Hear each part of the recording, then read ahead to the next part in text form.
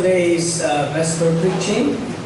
Once again, I'll be delivering yung sermon po na prepare ni late Reverend Clarence Stam, who is the late Pastor Emeritus mula po din sa Cornerstone Canadian Reformed Churches o Church in Hamilton, Ontario. At naipahead na rin po niya ito noong 2012 pa, November 22. So, muli magandang hapon o magandang araw po sa inyo, mga mahal kong kapatid kay Kristo. The basic question which comes as today, doon po sa Lord's Day, din natin pag-aaral, ay kung mababasa nyo, where is Christ? Maraming hindi ito isang malaking tanong para sa inyo dahil lahat ng nandito ay walang pagdududang maaaring sasagutin. Christ is in heaven, right? Maaaring hindi natin eksaktong makita o matatagpuan kung nasaan po ang langit dahil in our concept of things, ang heaven is somewhere up high or over the rainbow. Ngunit alam po natin na si Kristo ay tunay na nasa langit po. Nasaan nga po ba si Kristo? It is a question na kung saan yung mga mystical sectarians at mga modern theologians ay nag-i-struggle sa mga ganitong klaseng tanong. For they can never really seems to find Christ. Ito po yung question na maaaring maging bahagi ng mga talakayan o pag-uusap in the ecumenical groups of our time between, for example, sa Roman Catholics at maging dun sa mga Lutheran groups or sa Anglican churches na kung saan naniniwala na si Kristo ay naroon bodily present in the bread and wine. They are confused, but we're not. Because we know for sure na si Kristo po ay nandoon sa kalangitan. Alam natin kung nasaan si Kristo and we don't have any problem about it. Tama po? Pero, ang maaaring maging problema natin kung minsan sa bagay nito ay ang paraan ng pakipag-ugnayan natin with this heavenly Christ. Kaya, ang tanong sa atin, paano ka nakikipag-ugnayan with such an elevated person? At maaaring we know the correct answer, kaya sinasabi natin, we have a communion with God sa pamamagitan ng panalangin, sa pamamagitan ng kanyang salita at sa kanyang banal na Espiritu. Pero this does not always seems to get easy in the practice sa ating pong pang-araw-araw na buhay. Tama po? At ang mga tanong na ito, it can be also function in different manner. Kagaya ng tanong na, where do you find Christ? Makikita ba siya sa gitna ng kalituhan ng mga simbahan at sekta? Is He more or less in all denominations? Sapagkat ang iba't ibang simbahan at sekta na nagkiklaim that Christ is in their midst and they clothe themselves with the name Christians. Kaya yung tanong na, where is Christ on earth? Christians are divided. Pero ibig sabihin din ba rito that Christ is divided? At nangangahulugan din po ba ito na si Kristo ay nahahati? Dito po sa ating passage na binasa po ni Elder Ronald kanina sa Matthew 24, we read that there will increasingly be various impostors. Kung nare-recall niyo pa po yung mahabang passage na binasa ni Elder Ronald, who either claim to be Christ or to have special office related to Christ. Maririnig mo yung kanilang mga claim, here is the Christ, there is the Christ, where and here, there and everywhere. Nasaan po ba talaga si Kristo? Kaya nga po, in this Lord's Day, we confess that the fact of the ascension of Christ into heaven, we also confess that He is still with us and in our midst. He is in heaven and yet on earth. We must fully understand this matter in their true harmony. Kung kaya, I will summarize our sermon today with regards to our confession concerning the heavenly presence of the ascended Christ. Na may dalawang points lang po tayo pagbubulay-bulayan. Una po, He is the Father, He is at the Father's side in heaven. Pangalawa po, He is in the church meets on earth. Pero bago po tayo magsimulang mag-meditate ng ating sermon, tayo po'y muling manalangin sa ating Panginoon.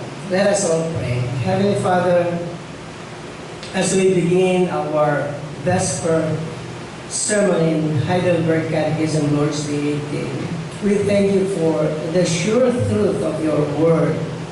In a world of many voices and many confusion, we thank you that you have made it clear to us where Christ is, exalted and at your right hand in heaven, and present with us in His church by your Spirit. O Lord, grant us understanding that we may rightly confess and believe this mystery. Help us to seek Christ not in human claims or false signs, but in your word, in prayer, and in the fellowship of your people. Strengthen us to have true communion with you, even as He reigns in glory. May you guide us now by your Spirit that we may understand and believe truthfully the preaching of your word today. At buksan mo din ang aming mga puso to receive it in faith, that we may know Christ rightly at your side in heaven and in our midst here on earth. We ask this in the name of our Lord and Savior Jesus Christ. Amen.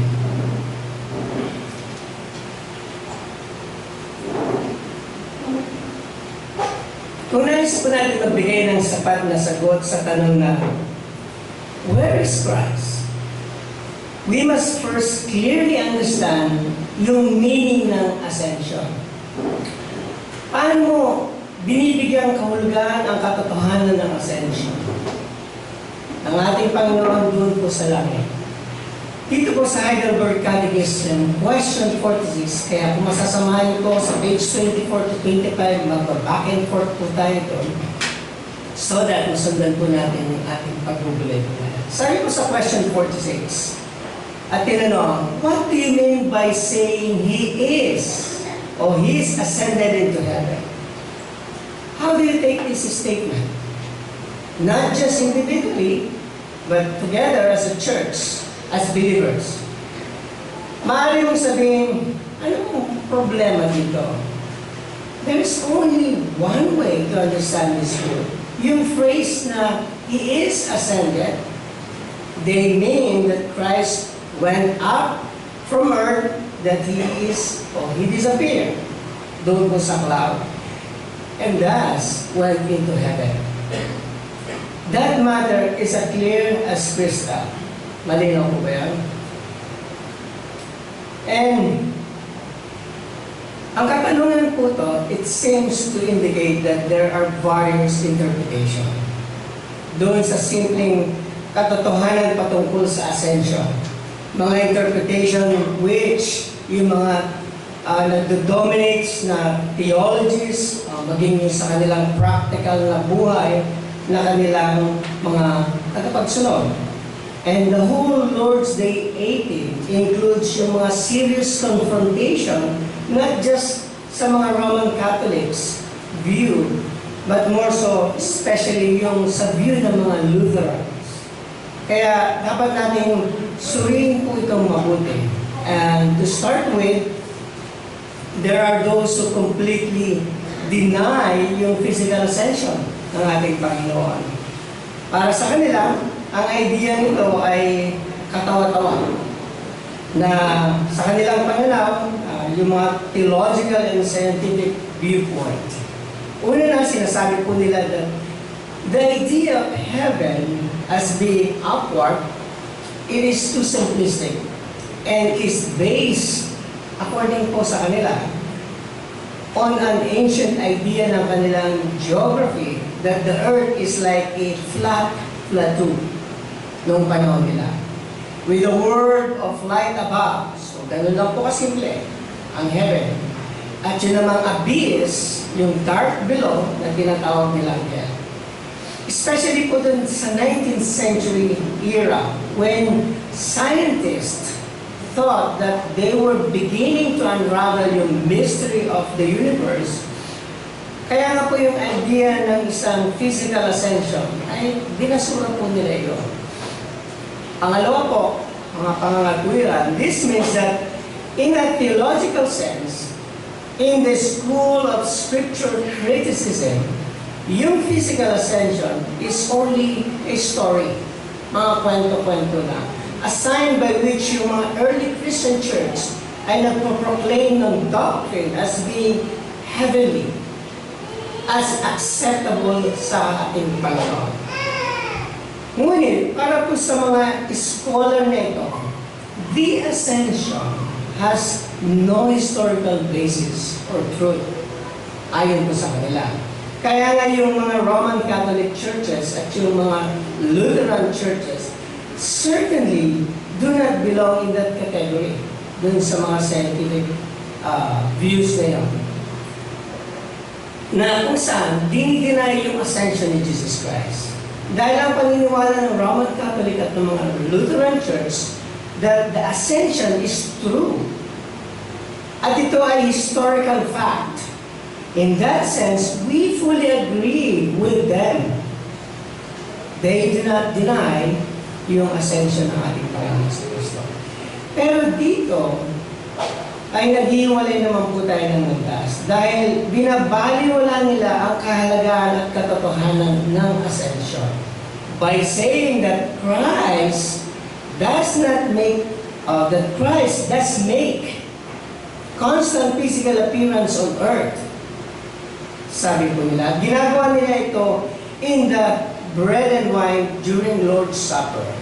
Ang mga Roman Catholic says that the bread and wine is changed into the physical body and blood of Christ. And that is, He is sacrificed on earth. Familiar po ba kayo doon? Samantalang ang mga Lutheran naman do not go that far. They emphasize that Christ is spiritually present in bread and wine. But they add that since we cannot separate the divine nature from His human nature, He is also bodily present in bread and wine. Kaya si Christ ay tunay na physically present on earth ayon sa Roman Catholic at sa Lutheran Church. Bagamat magkaiba ang pangangatwiran ng simbahan ng Roman Catholic at Lutheran Church, we must acknowledge that this in a proper dispersion. Dahil the end result is practically the same, yung kanilang statement. According to both of them, Christ is physically present on earth and makes contact or constant appearance in the flesh and must therefore be worshipped and adored in bread and in wine.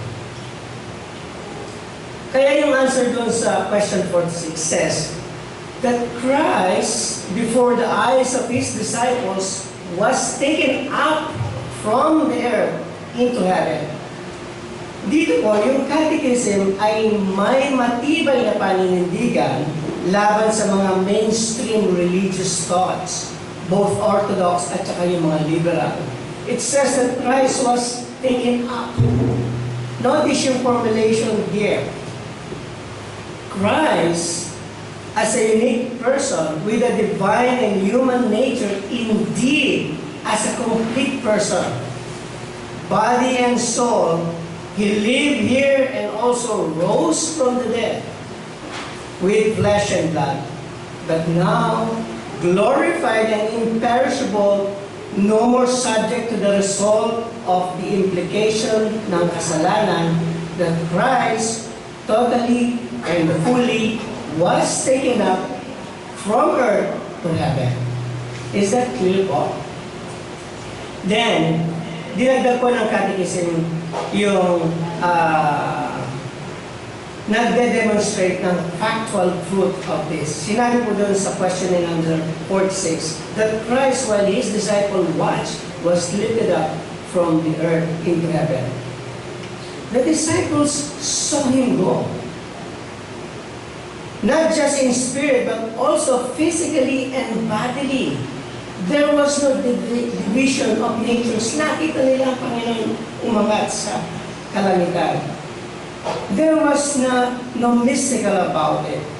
Kung tatanungin nyo yung mga disipulo, ito, kung matatanong natin sila someday, where is Christ?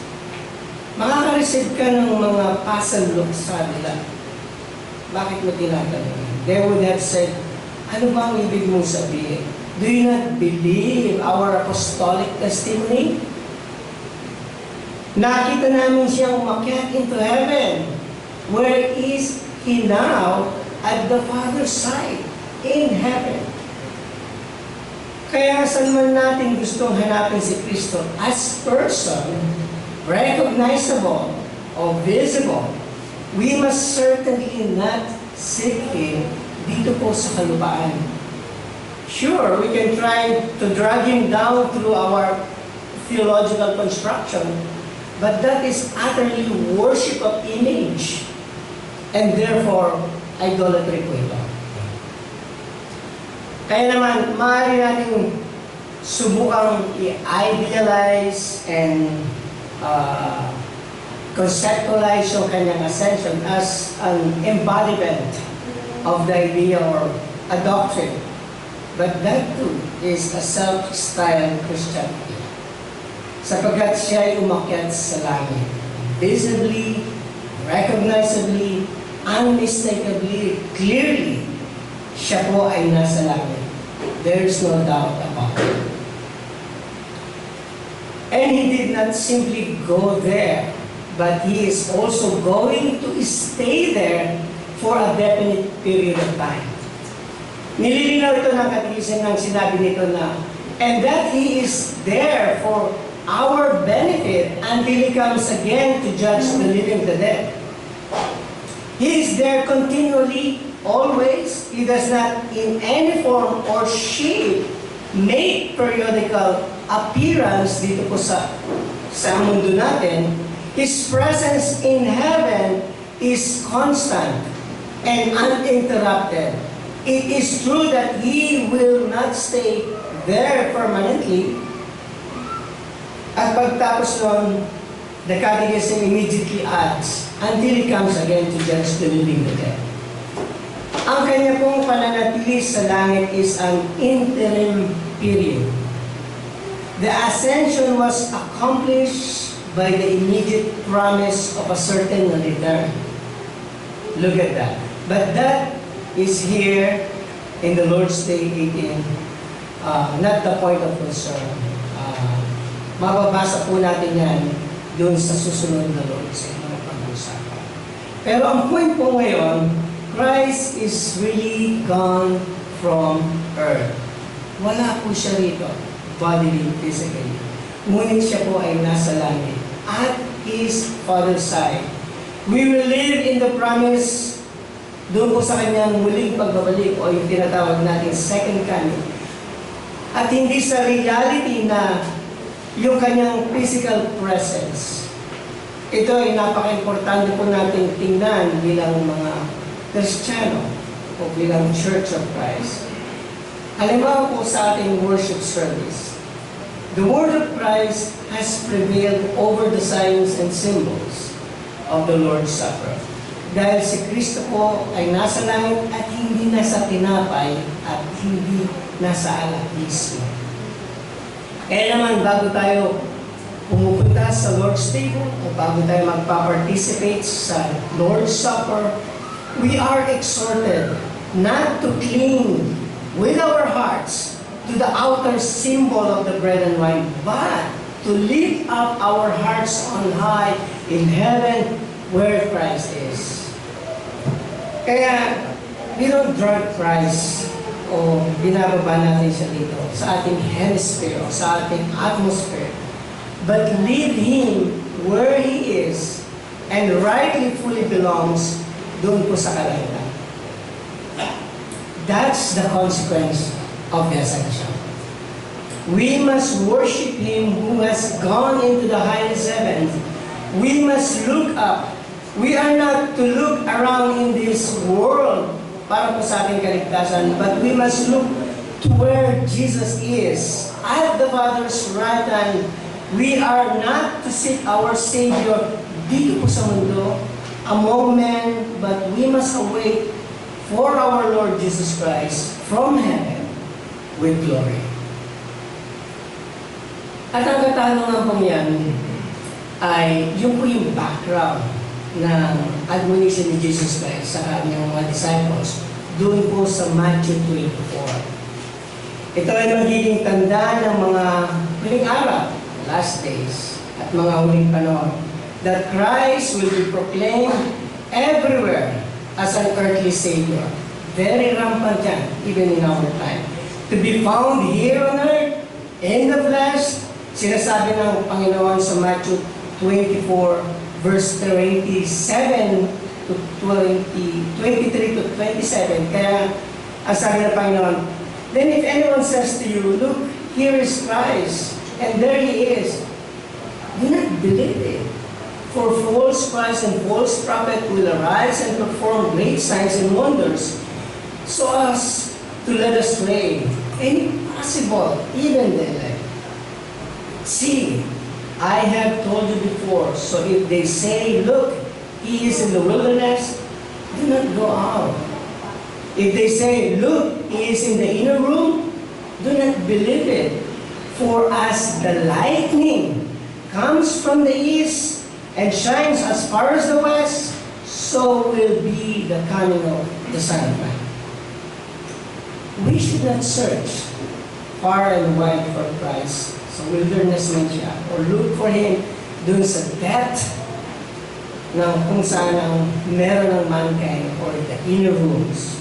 Ang isang mahalagang phrase dito na sana makita po natin, yung verse 26 sa Matthew 24 na sinasabi, do not go out, do not believe. We do not go out or seek anywhere ang ating Panginoon.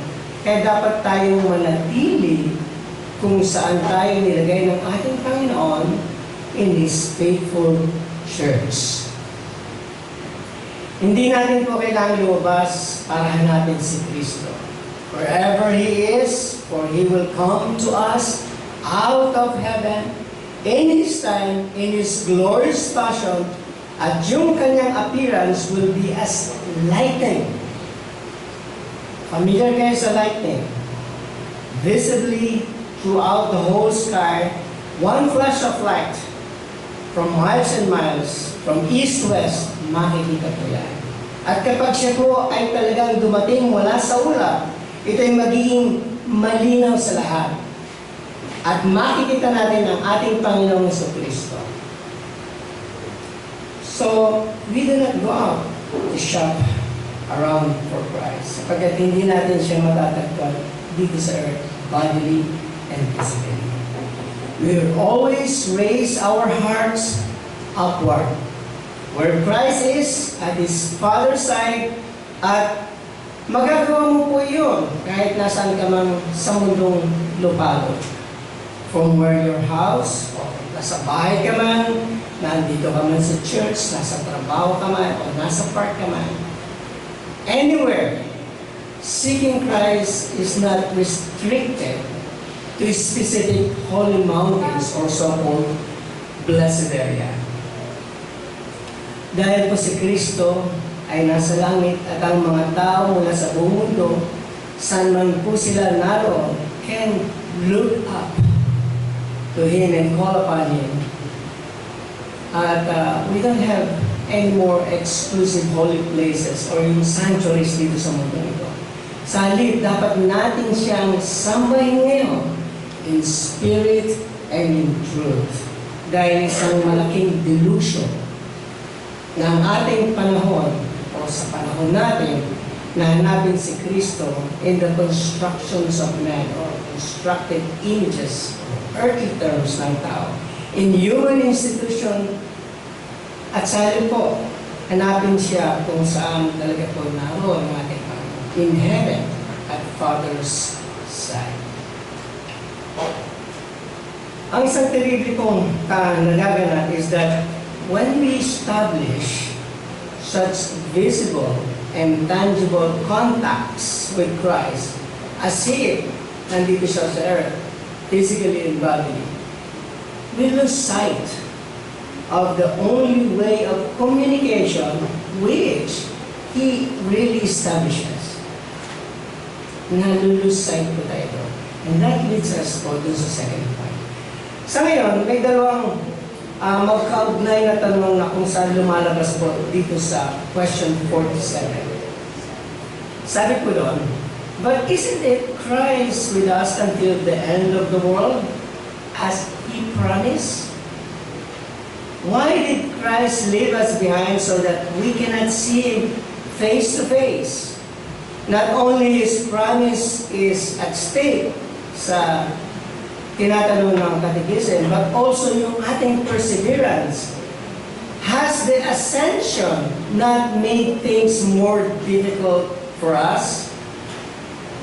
Maraming maaaring sabihin ng mga tao o sinasabi ng Catechism na si Kristo ay nasa langit for our benefits, tulad ng sagot at tanong doon sa 46. And then that may be true. Pero hindi ba natin kailangan si Kristo? Sabi ng katanungan na kasama natin siya dito ngayon. Isn't it inevitable o hindi maiwasan that people will start making images because they need a Savior sa mundo ito? Christ may be up there, but we need Him down here. He did not promise, did He not promise yung sabi niya, I am with you always.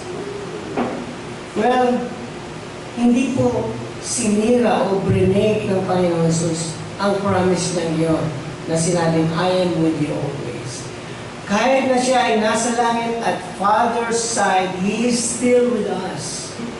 The point is, kahit na siya ay hindi na kasama natin bodily, kagaya ng dati, at kung lagi natin itong isasang-alang-alang, wala pong magiging difficulties o wala pong magiging problema.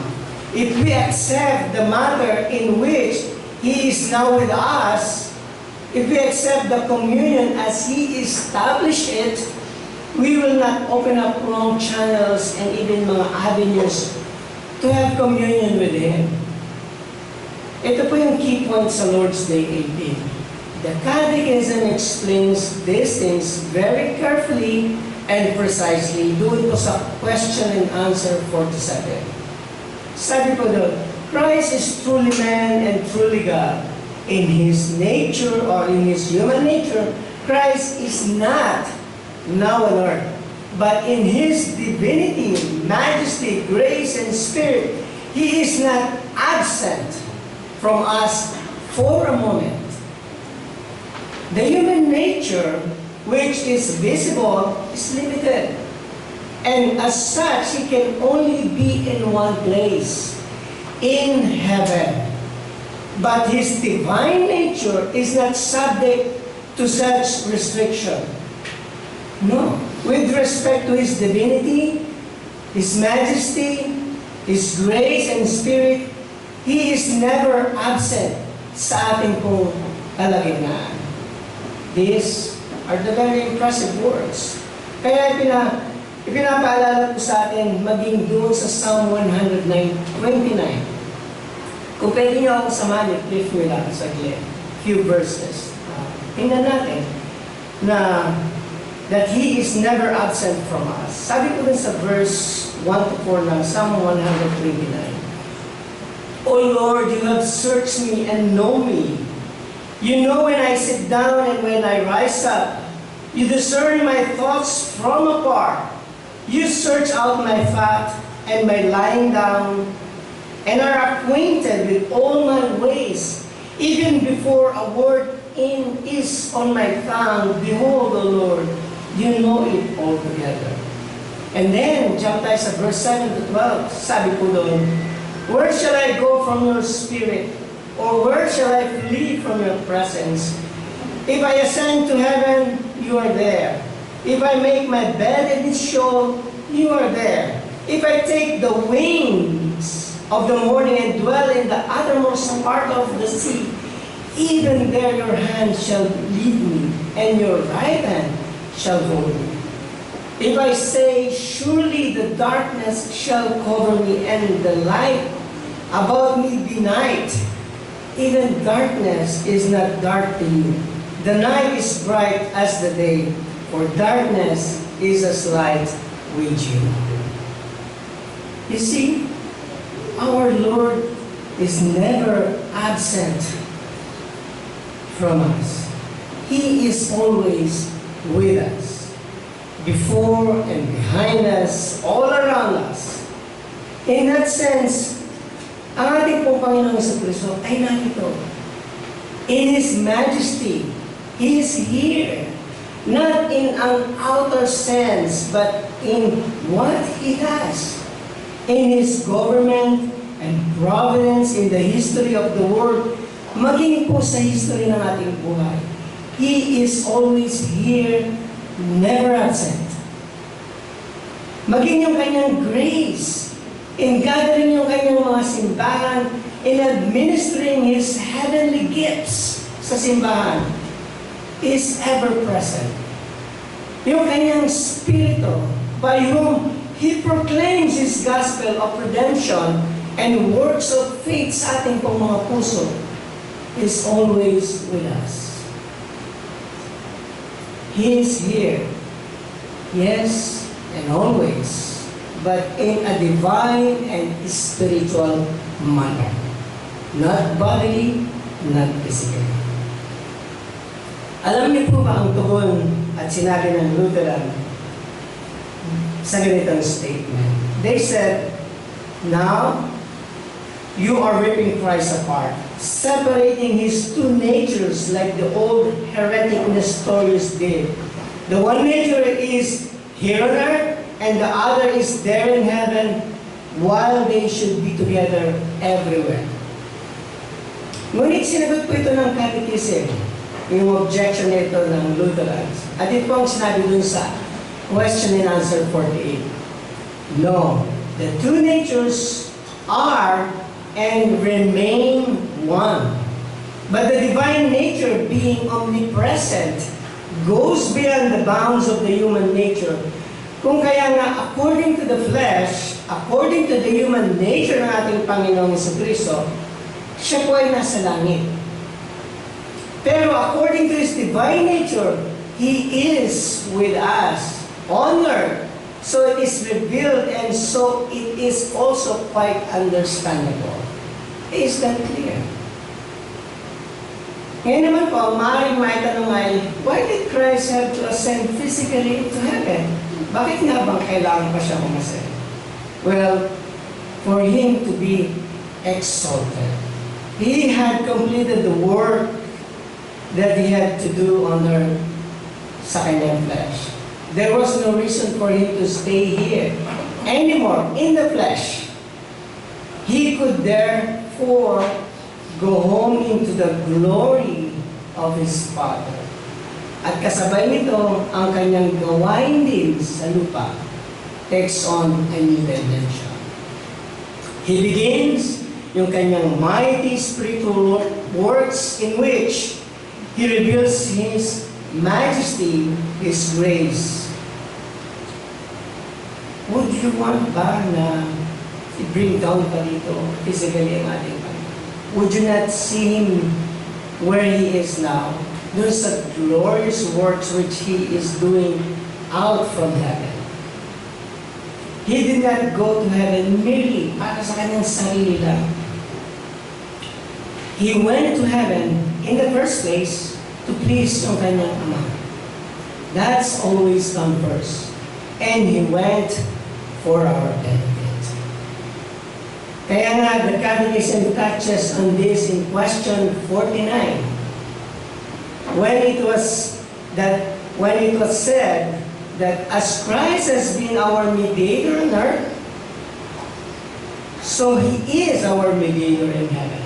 But whether on earth or in heaven, He never ceased to work on our benefit or on our behalf. He's pleading our cause at God's right hand, and still He is in our midst by His Holy Spirit. He is indeed in our midst dito po sa ating simbahan. He is present by the Spirit who has been poured out over the church and throughout the world through the Word which He has given sa simbahan. Siya po ay nabubuhay sa ating mga puso through our faith. So Christ is never far away, but always there. So mga kapatid dito sa CCRC, yung final consequence ng kanyang ascension is that we need to live by faith. Not by seeing, but by believing. We are to believe His glorious presence doon po sa kalangitan. We are to believe His spiritual presence in our midst. Now it is by faith, in spirit and in truth, that we worship Him. At siya po ay matatagpuan kung saan ang salita ng Diyos ay tapat na ipinapahayag. We do not live by seeing, but by believing. We do not look to the things that are seen, but by what is not seen. Dahil po yung hope that is seen is not hope at all. We have the Word and the promise, the Spirit and the testimony of Jesus Christ. And that's enough. At sino mang magsasantabi o magsaset aside ng salita at pangako ng ating Panginoong Hesus, we'll have to start searching for Christ here and there and everywhere. At yung ganong klaseng tao po ay hindi niya masusumpungan si Kristo. But if you keep the revelation of God, you will never fail, or you will never be the prey to the imagination of men, na kung saan isinasantabi ang banal na salita. At sigurado po kung gano'n, they will come to worship images. But where the Word is open, there the Spirit works. And there Christ is present in His divinity, majesty, grace, and Spirit. At balang araw po, sa kanyang tinakdang panahon, He will also dwell in the flesh. And we will see Him face to face. So, where Christ is, He is in heaven, exalted and glorious. And at the same time, He is here in our midst, majestic and gracious. Amen. Samahan niyo po akong manalangin sa ating pagkakataon. Heavenly Father, we come before You with hearts full of gratitude as we close this time together. Thank You for the truth of Your Word, which reminds us that we are called to live not by sight, but by faith. Teach us, O Lord, to trust in what we cannot see and rest in the certainty of Your promise. We believe that Your Son, Jesus Christ, is exalted in glory at Your right hand, and yet present with us now through Your Spirit, through Your words, in the midst of Your people. May You strengthen our faith to hold fast sa katotohanan ito, that we may worship You in spirit and in truth. Not seeking signs, but trusting in Your faithful presence. Father, may You guard our heart from drifting away from Your Word. Keep us anchored in your promises so that we are not led astray by human imagination or false images, but remain steadfast in the revelation you have given. Where your word is proclaimed, let your Spirit move powerfully among us, renewing us, guiding us, and sustaining us. Lord, may you deepen our hope in the unseen. Remind us that what is seen is temporary, but what is unseen is eternal. Help us to live each day with eyes of faith, confidence that one day we will behold you face to face in the fullness of your glory. And until the glorious day, sustain us by your Spirit, uphold us by your promise, and keep us faithful in all things. Preserve us in believing and abiding in you. As we confess with joy and confidence that Christ is in heaven, exalted and glorious, and Christ is here in our midst, mighty to save and full of grace. All this we ask in the name of Jesus Christ, our only mediator and Redeemer. Amen.